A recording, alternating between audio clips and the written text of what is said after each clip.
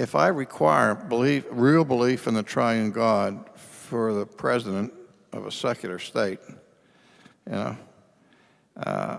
really would be disenfranchised. I wouldn't be able to vote, period.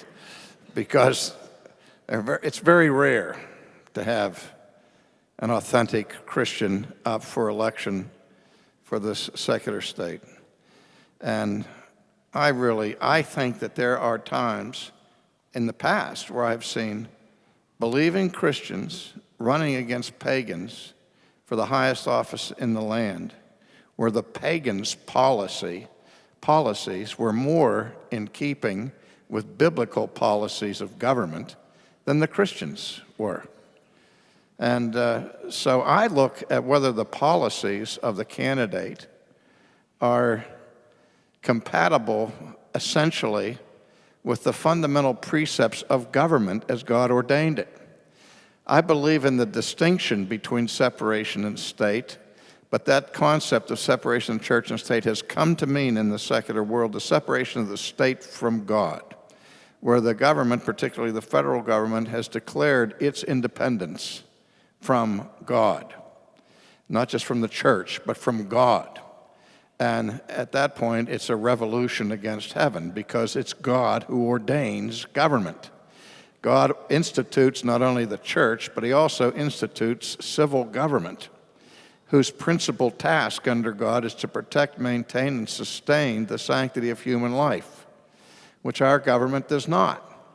And so when if I have any issue that determines my vote, it's not the Trinity, it's abortion. And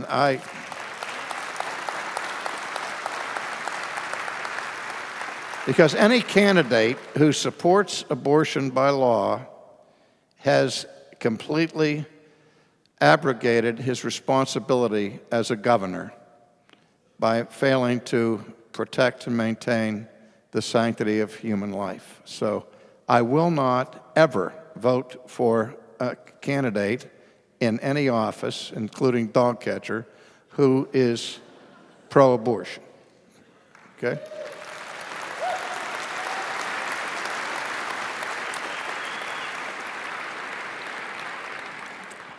In a somewhat humble illustration, if you asked me the question, would you allow a physician to do brain surgery on you if he didn't believe in the Trinity?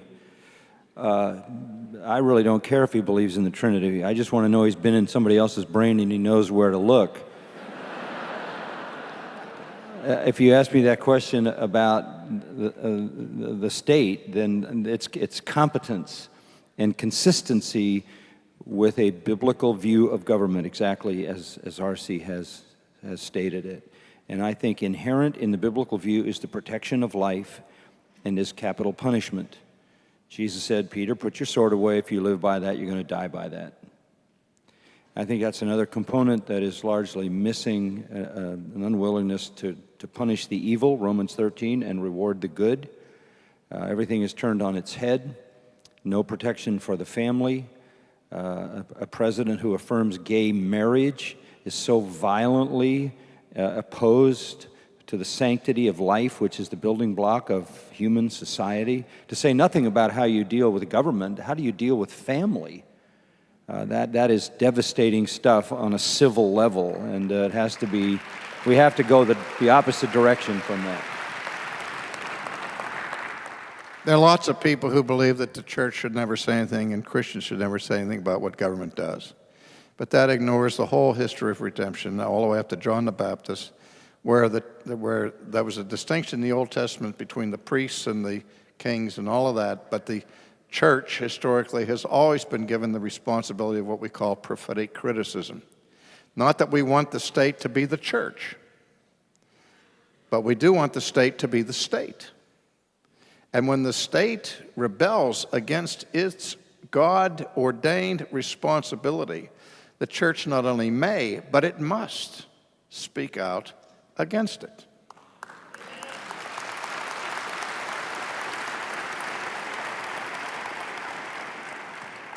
Yeah, and just add a verse, Proverbs 14:34, righteousness exalts a nation, but sin is a disgrace to any people.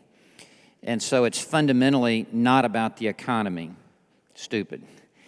It is righteousness that exalts a nation, and what Dr. Sproul and Dr. MacArthur have just asserted are righteous issues, and it's righteousness that exalts a nation. It's interesting, you remember back in the 19th century when Alexis de Tocqueville left France, came to America to discover the greatness of America. What makes this nation so great that we have sent the Statue of Liberty to?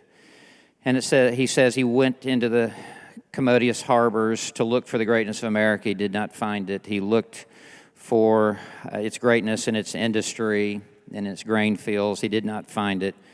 He said, it was not until I went into the church houses and I heard her pulpits ablaze with righteousness did I discover the greatness of America.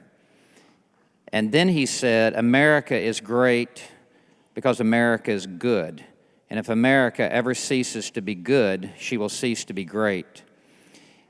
And really, I would lay the blame not even so much at the White House, but at the church house, where we need to be ablaze with righteousness and proclaiming the Word of God, and for there to be a strong remnant in our country that would uphold righteous standards, and out of that, for there to be a salt and light influence.